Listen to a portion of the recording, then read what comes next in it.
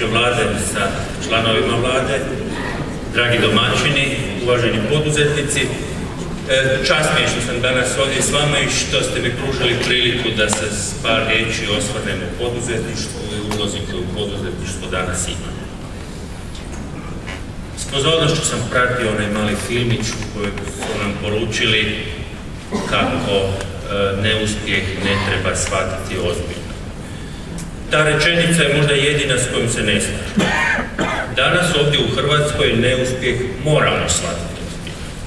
Hrvatska je danas u situaciji kada traži uspjeh. Treba uspjeh vas poduzetnika, treba uspjeh politike, treba uspjeh sindikata. Iznimno mi je drago da sam ovdje danas uz vladu, uz domaćine, vidio i sindikaliste.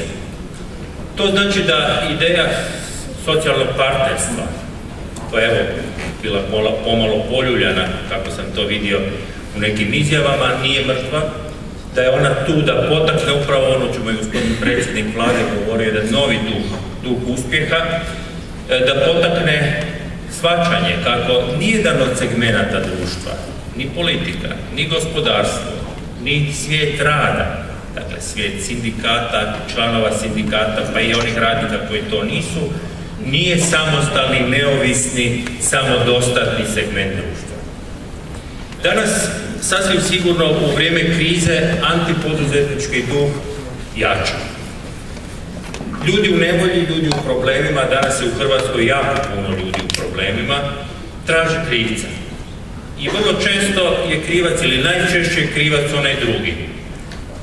Vidimo, radnicima je kriv kapital, kapitalu su krivi sindikati i nerealni zahtjevi, svima je kriva politika, a i politika traži krivce, naravno negdje drugdje, a ne u svojim vlastitim pogreškama. O tome smo kroz ova desetljeća vrlo jasno svjedočili. Sasvim je sigurno, sasvim je jasno da izlaska iz krize, boljeg standarda, uspjeha, ni politike, ni poduzetništva, ni radnika, pa ni društva kao cijeline nema bez dobre, bolje, kvalitetnije investicijske klime nego što imamo danas. Nažalost, koliko god se ja ne slagao s onom tezom da neuspjeh treba olako shvatiti, moram reći da danas imamo tezu koja je isto toliko neodrživa, da je svaki neuspjeh kriminal. Nije svaki neuspjeh kriminal, nije svaka propast tvrtke kazneno djelo i nije svaki neuspjeh zločin.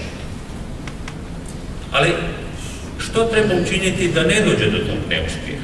Što treba učiniti da Hrvatska bude konkurentna? Da se ne ponavlja situacija u kojoj, evo, vidjeli smo i Svjetski gospodarski forum i Svjetska banka su Hrvatsku locirali po uspješnosti, po konkurentnosti, tamo negdje na 70. 80. mjestu. Kako se maknuti od? Vrlo često sam odlazio u različite tvrtke širom Hrvatske. Vrlo često sam odlazio i na sastanke sindikata. I vidio sam da postoji nešto što je zajedničko. Želimo uspjeh, ali put do uspjeha ne vidimo na jednak način. I tu vidim ulogu države, od koje se u vremenima krize sve više očekuje, da uspostavi ono što je zaista u temeljima našeg društva i našeg osjećaja za pravdu i pravednost. To je društvo jednakih šansi, društvo koje cijeni uspjeh i društvo u kojem oni uspješni pružaju ruku solidarnosti onima koji to iz ovih ili onih razloga nisu. Priča o društveno odgovornom poslovanju za mene nije priča u lošem smislu. Za mene je to teorija, pristup koji govori o tome da uspjeh, gospodarski uspjeh naravno jest očekivanje, jest uspjeh svakog poduzetnika ponaosob, ali jest i obaveza prema društvu. Podatak u kojemu 15 evropskih razvijenih zemalja troši na javni sektor, na socijalnu politiku negdje oko 29% bruto proizvoda, a Hrvatska troši 20%, govori o tome da sama po sebi teza kako previše investiramo u nekim apsolutnim iznosima, pa i relativnim u naše zdravstvo, školstvo i druge društvene djelatnosti nije točno. Ali naravno možemo uložiti onoliko koliko si možemo priuštiti. I moramo sasvim sigurno znati da postoji sprega, da postoji povratna sprega između gospodarstva i mnogih društvenih djelatnosti. Da ulaganje u zdravlje, ulaganje u znanost, ulaganje u obrazovanje jest nešto što se sutra vraća i u samo gospodarstvo. Isto tako, ta ulaganja sasvim sigurno nisu moguća bez uspješnog gospodarstva. Točno je što smo čuli od predsjednika vlade da Evropska unija nije čarobni štapić. Ona neće nikome sama po sebi donijeti uspjeh. Ona će donijeti uspjeh onima koji budu znali, koji budu mogli, koji budu konkurentni.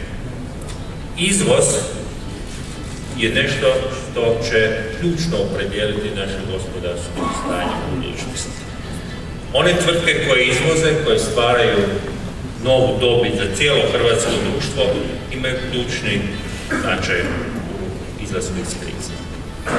Nadam se da će to biti prepoznato i na razini gospodarske politike i da će se naći prave mjere da se upravo izvoznici dodatno motiviraju. Isto tako, jedan sam od onih koji dugo vremena govore o tome kako jest država iznimno važna za uspješno gospodarstvo kao regulator, kao pravedan regulator odnosa na tržištu, ali da nažalost država jest i netko ko u nekim segmentima baca balvane, klipove pred nove gospodarstva, prekompliciranim propisima, dugotrajnim administrativnim postupcima, korupcijom koju moramo iskorijeniti ognjem i mačem, jer se samo tako ona može iskorijeniti, i na kraju krajeva motivacijom i priznanjem onima koji su uspješni i koji koristeći, koji ostvarujući dobit ne samo za sebe, nego i za cijelu društvenu zajednicu.